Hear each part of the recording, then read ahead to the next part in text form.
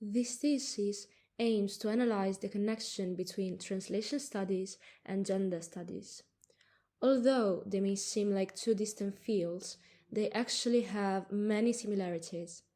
Language and translation are a powerful medium for the dissemination of ideas, so they need to be as appropriate and accurate as possible.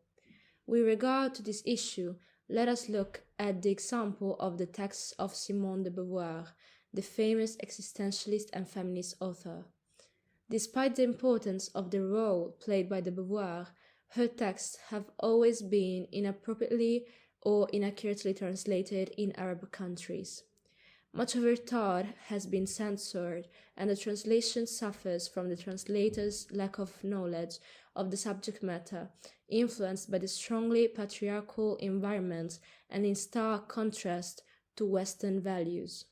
However, while in Arab countries this phenomenon is easily understandable due to the different mentality, it is rather surprising that the English translation also contains more or less serious inaccuracies.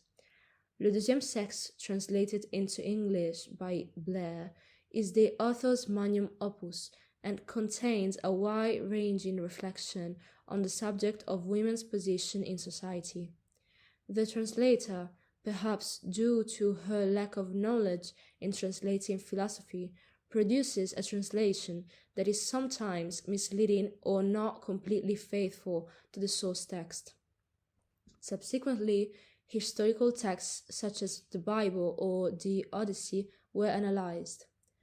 Over the years, they have dragged in a series of translations error due to the cultural background of the translator and the unconscious influence that this had on the work when the culture of the source text was different from their own. A thorough study of the cultural background of the work on which one is working is therefore essential. One of the most debated issues in Bible translation is that of the Genesis, specifically the creation of woman from a man's rib. The word translated as rib, tselah, would instead refer to side, half, in addition to the fact that in the beginning God did not create the man, but the being, the human, and would have differentiated his creatures only after the creation of the second.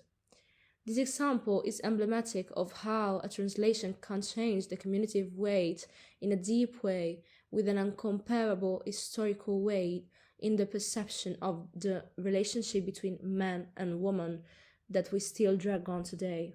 Let us move on to another level of connection between translation and gender studies, a more theoretical and metaphorical idea.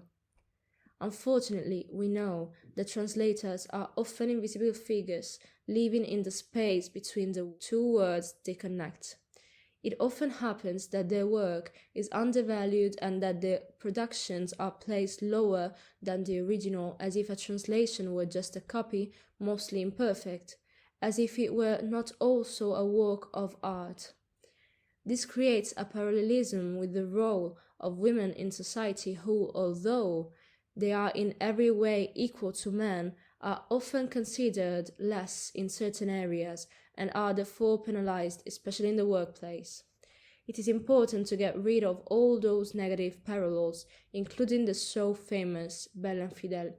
The idea that if translations, just like women, are beautiful, they are unfaithful, and if they are not beautiful, they are faithful. A metaphor that is not only degrading to women, but also to translations themselves. Another biblical metaphor is that of the myth of Babel, according to which God created the different languages to separate man as a punishment for their arrogance, thus identifying the existence of different languages as a negative factor of destruction of an original union and pre-existing harmony. In reality, the existence of many languages does nothing but create infinite worlds and infinite dimensions full of cultures, and making a connection is not always easy, but it leads to the creation of priceless works. Therefore, it is necessary to reconsider translation as a totally new and independent product, not a bad copy or an imperfect version, but rather a being in its own right, alive and original like the initial work.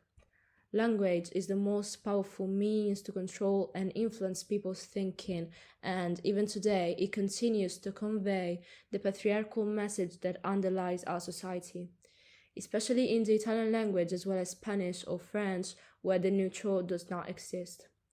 In both the institutional, editorial, and popular spheres, work is being done to spread more neutral and inclusive norms of both oral and written language in order to create a more neutral idiom and consequently a mentality that is finally free of discrimination.